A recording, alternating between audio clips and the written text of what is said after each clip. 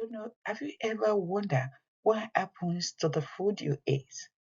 You can say when you eat, you eat anything you eat. Have you ever wondered what happens to this food?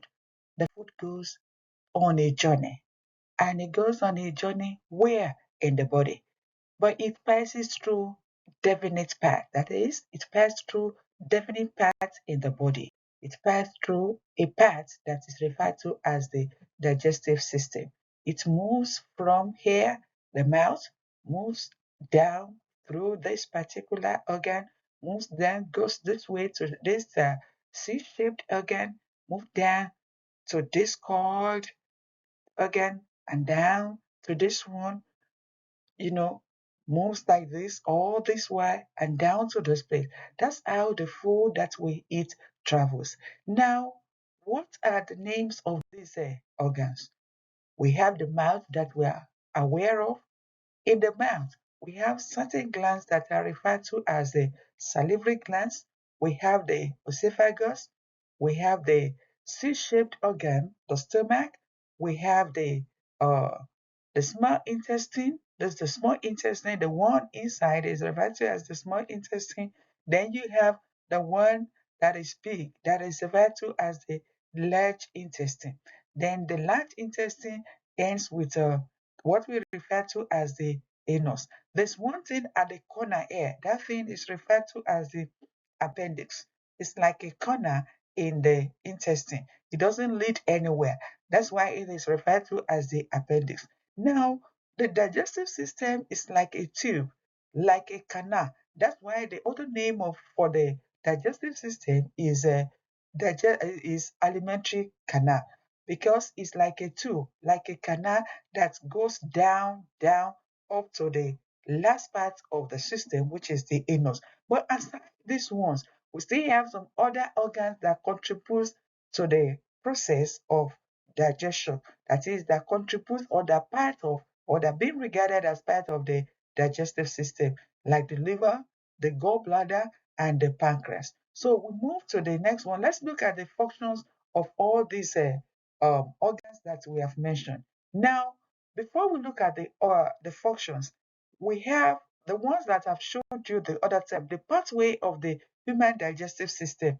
We have the mouth, the pharynx, the esophagus, the stomach, the small intestine, the large intestine, and the rectum, like I have showed you the other time. Now, before we leave the pathway, now I want to explain one thing to you. At the back of the mouth is what we refer to as the pharynx. The pharynx is the open end, a common open end or a common space between the esophagus and that particular the air tube, that is the tube that where air passes through to the lungs. That is, when we breathe in air, it passes through that the pharynx, then to before it gets to the tube. So it's a common space there. Then you have those organs that are outside the canal, but they contribute to the process of digestion. These are the liver, the gallbladder, and the pancreas. Now, let's look at the functions of each of these ones, the main functions of the digestive system in the breaking down of foods and absorption of the nutrients. The digestion or the digestive system starts with the mouth, and in the mouth, you have the teeth and the jaw. We are all aware of what we mean by the teeth, and when we talk about the jaw, these are our jaws. The teeth are attached to the jaws. Now, they help in the breaking down of food into smaller pieces. The breaking down of food into smaller pieces, the main thing why the food has to be broken down so that they will be exposed for the actions of enzymes. That is for enzymes to facilitate the breaking down, that is for enzymes to facilitate the breaking down of the compounds, the components that are inside the food. Then you have the tongue. The tongue mixes saliva. The saliva comes from the salivary gland. You have the saliva here. The saliva comes from the salivary gland, and when it is secreted from the salivary gland, it mixes with the food. It softens the food, and it also secretes a particular enzyme that is referred to as ptyalin. So when the saliva is being secreted from the salivary gland, it mixes with the food and it substitutes the food, and the tongue helps in the process of mixing saliva with the food and also mold the food into a ball-like structure that is referred to as a bolus. It has to be molded into a ball-like structure so that it will be easier to pass through the esophagus, so that it will be able to go down the esophagus. Then you have the esophagus. The esophagus is like our hallway. You know, when you are going from one room to the other, you pass through the hallway. So the esophagus is a passage through which the food moves from the mouth down to the next organ, which is the stomach. And the food moves through the esophagus by, muscle contraction. That is the contraction of the muscles. Then, by the contraction of the esophagus, by the contraction of the muscles of the esophagus, the food moves down to the next organ in the digestive system, which is the stomach. And this organ, stomach, has a C shaped, just like I have showed you the other time.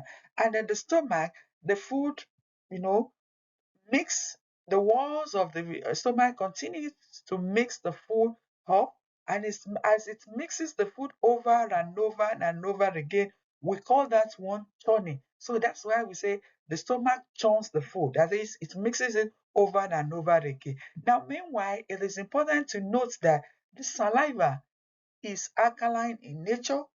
So when the food there is coming down through the esophagus, the saliva that has mixed with the food makes the food to be alkaline in nature. But when the food gets to the stomach, because you have a strong acid that is being secreted by the walls of the um, stomach, it will mix with it so that the food now becomes acidic. Now, from the stomach, the food moves to the next organ, which is the small intestine. The small intestine is the longest part of the digestive system, and it is divided into three parts. The first part, which is the duodenum, is the shortest part of this small intestine. Then we have the next part of the small intestine, which is referred to as the jejunum, and we now have the latter part of it, which is referred to as the ileum. Now, when you have the helium, you have the breaking down of foods taking place in the in the small intestine. When the food has been broken down, the absorption of the nutrients takes place in the jejunum. And when this absorption takes place in the jejunum, it moves down to the ileum. And from the ileum, the food moves down to the next one, which is the large intestine. In the large intestine is divided into the colon, the ileum, and the cecal. So there you have the food staying there for some time, and the rectum. And after some time, the food moves to the latter part of the large intestine, which is uh, the rectum.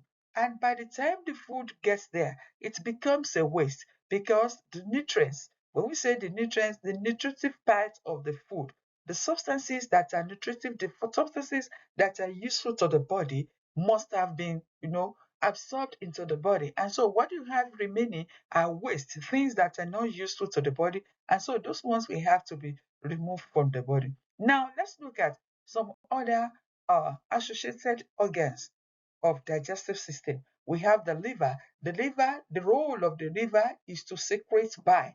And when the bile has been secreted, it is stored in the gallbladder. So the bile stores in the gallbladder. The bile stores when the liver secretes the bile is being stored in the gallbladder until when it will be required. That is until when it will be needed for the purpose of or digestion. That is until when it will be needed in the digestive system. And when it is needed in the digestive system, it moves through the bile duct. Now you also have what we refer to as the pancreas. The main role of the pancreas is to secrete juice. And in this juice, you have enzymes, which helps in the breaking down of foods. So these are the roles of the different parts of the digestive system. Now, what did they do? They actually carried out the process of digestion. And like I said the other time, the process of digestion actually starts the moment you put the food in your mouth. So the moment you put the food in your mouth, even right from your teeth, we have different types of teeth. We have the one that is responsible for cutting of food, the one that is responsible for tearing, the one that is responsible, for chewing, and the one that is responsible for grinding. The set of teeth that we have, maybe I would say the last set of teeth that we have at the corner of our cheeks, those ones are referred to as the molars. The molars helps in grinding. That's when you cut particular food, or when you are trying to chew particular food, you send it in to the inner part of your mouth.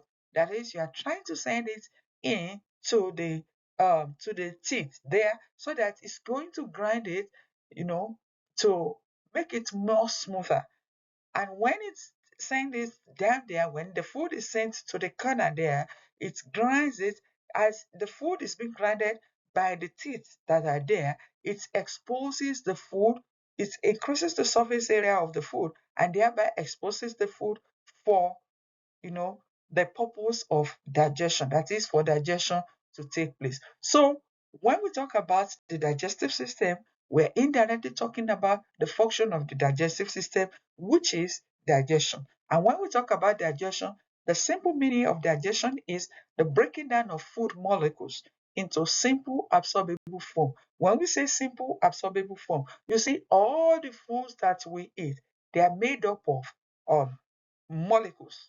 They are made up of compounds that are put together. And these compounds are maybe I would say, elements that are bound together by chemical bonds. And so these chemical bonds has to be broken down so that the elements will be absorbed into our body in a simpler form.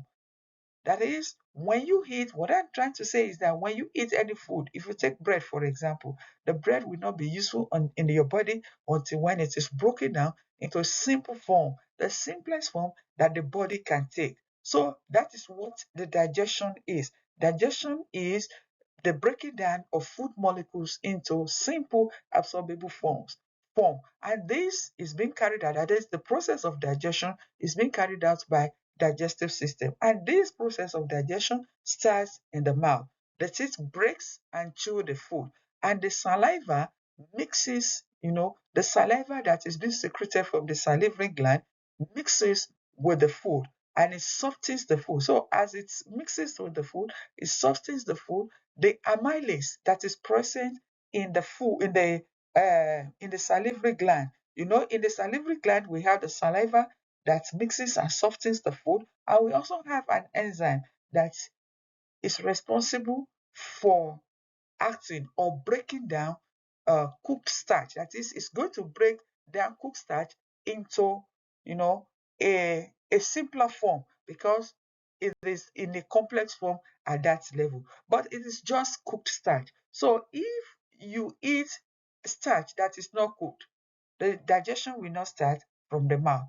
Then the food is now molded into a ball-like shape that I told you the other time that we refer to as bolus. And this moves through the esophagus to the next one, which is referred to as uh the stomach. But you see, when the food is being moved down to the esophagus, lying beside the esophagus is the windpipe, that is the pipe through which the air that we breathe in passes through. And on top, in between the esophagus and the trachea, the windpipe is also referred to as the trachea. There's a leaf-like structure there that is referred to as the epiglottis. What the epiglottis does is that when there's food in your mouth, the epiglottis will close up the entrance of the trachea so that food will not mistakenly enter the trachea.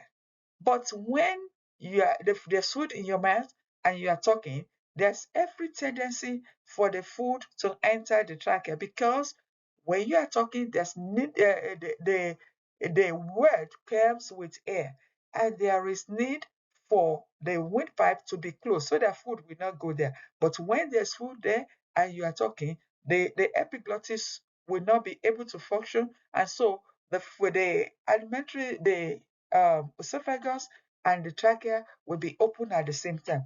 And so there could be an issue, that is, the food can mistakenly enter the trachea, and this is what causes a choking. So, but under normal circumstances, the epiglottis closes up the trachea. When the epiglottis crosses up the trachea, the food moves into the esophagus by contraction, through the esophagus by muscle contraction, and that muscle contraction is referred to as a peristalsis, or simply peristaltic movement. And so this now move into the food, now enters the stomach, but the food enters the stomach through a particular door. That door, that is the entrance between the space, or the entrance between the esophagus and the stomach, and that particular door is referred to as the cardiac sphincter or esophageal sphincter. Now, this particular sphincter controls the movement of food into the stomach, so that it's not going to go back, so that it will not go back, because if it goes back, it becomes a disorder. So in the stomach now, the food mixes, in the stomach, it mixes with the stomach juice, or what we refer to as the gastric juice. And as it mixes with the juice, it becomes more watery. And as it mixes with the juice, it mixes with the substances that are present in the juice, like the hydrochloric acid. The hydrochloric acid is present in the juice, so the food will be turned into slightly acidic medium. Then you have enzymes like the pepsinogen is present there. The pepsinogen will cause the secretion of pepsin, which will act on a protein. Then you also have what we refer to as the electrolytes. Now, the hydrochloric acid activates pepsinogen to produce a pepsin. It's very important. And like I said the other time, the pepsin starts the digestion of protein. You see here, I say starts the digestion of protein, because the digestion of protein is not completed in the stomach. So, and we also have bacteria. In fact, an healthy digestive system contains bacteria, but most of them are not harmful. If you look at our mouth, even in our mouth, we have a lot of microorganisms, especially bacteria. So in the stomach, the bacteria that are dangerous will be killed by the uh, hydrochloric acid that is being secreted or being produced by the gastric juice. So the food now leaves the stomach through you know, another door. I refer to it as another door, another opening, because it's another sphincter. It controls the entrance of the food into the small intestine from the uh, stomach, and that sphincter is referred to as the pyloric sphincter. It performs the same function. It prevents the food from going back into the stomach during the process of its movement into the small intestine. So when the food gets to small intestine, the bile that is stored in the gallbladder flows into the small intestine through the bile duct. Then you also have the pancreatic juice from the pancreas. It also flows into the small intestine through the pancreatic duct. A duct is like a passage. So the bile will travel through the bile duct. It moves through the bile duct, which is leading the bile, or being led from the bile to the small intestine. The same thing you have for the pancreatic juice. But the pancreatic juice and the bile, they have particular different functions that they perform in the process of digestion. The bile, when the bile gets to the stomach, when the bile gets to the small intestine, sorry, it emulsifies fats. That is, the fats that are present in the food will be, converted or broken down into smaller particles. Then it also neutralizes the acidic food that is coming from the stomach. It neutralizes it, and it also destroys the pathogens, that is, the microorganisms that are present in the food. Now, the pancreatic juice, on the other hand, contains enzymes These enzymes are responsible for the breaking down of proteins, that is, the protein digestion or the breaking down, the protein broken down that started from the stomach. It now continues when it gets to the small intestine. Then you also have the digestion of fat. The fat will also be acted upon by the enzymes. We still look at the enzymes that are present in the stomach, in the digestive system, so that we look at where they are present and what they actually do. But the pancreatic juice, what we need to know here is that pancreatic juice contains enzymes that breaks down proteins, fats, and sugars that are in the foods that get there, and it breaks them down into smaller, or will I say the smallest form that could be absorbed into the body. So it will break them down, and this breaking down of food substances being acted upon by the enzymes take place at the initial part of the small intestine. Don't forget that I said that the small intestine is divided into three different parts. So this takes place in the duodenum. Now, which the duodenum, which is the first part of the small intestine. The next part of the small intestine, which is the jejunum, that is where the absorption of nutrients take place. You know, the foods have been broken down. They've been broken down into smaller particles, absorbable forms in the upper part of the small intestine. So when the food now moves down, the nutrients now, when they move down to the next part of the small intestine, which is jejunum, you have absorption of this taking place. And so the absorption takes place at this part of the small intestine because you have finger-like structures, structures that looks like fingers in the jejunum. And these finger-like structures are referred to as villi, singular phyllos. So these finger-like structures, they contain or they are made up of blood vessels, especially blood capillaries. And these blood capillaries, the blood that are present in the capillaries helps to absorb the nutrients by the process of diffusion. So what does diffusion say?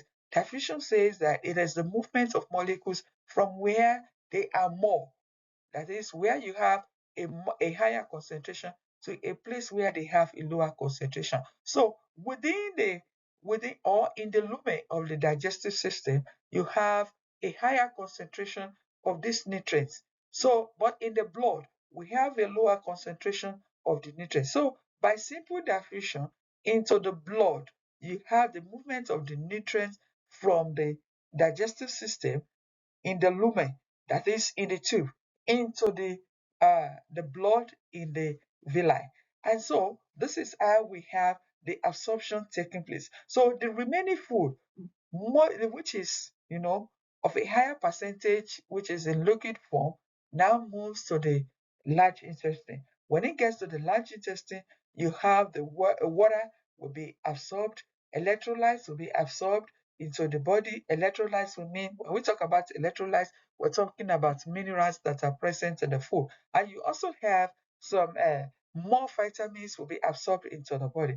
And what you now have will now be a solid form because water has been taken out of this remaining food or waste. And so the stool now becomes a solid form, and it now moves into the rectum, which we normally refer to as the bowel, where it will be stored for some time until it will be pushed out of the anus. And so when it is pushed out, when it is, when the rectum has become elastic enough, it is filled up, then, you will have an autonomic, that is an involuntary action that will cause the pushing. And that is when you feel like using the bathroom. Now, look at this diagram again. This is the epiglottis that I'm saying. This is the epiglottis is closest. The trachea is not shown here because we're not talking about um, respiration or breathing here. So you have the movement of the food again through the esophagus. Now it travels down here through the stomach. When it moves through the stomach, it goes down to the small intestine. So when it gets to the intestine here, you have the gallbladder, which has secreted bile, the liver, which has secreted the bile, which is being stored in the gallbladder, now moves through the bile duct down into the small intestine. Then you have the juice from this is the pancreas. The juice from the pancreatic juice will also move through the pancreatic duct into the small intestine. You cannot see the bile duct here and the pancreatic duct. You can see them here. They are so small that you cannot see in this diagram. So now moves through into the small intestine, like I told you the other time. That's the small intestine because the small intestine is coiled here. You can't really see the first part. You can't see the latter or the middle part, but that's the small intestine there. And the one that looks wider, this one that looks wider, is the large intestine. So just like you have in the other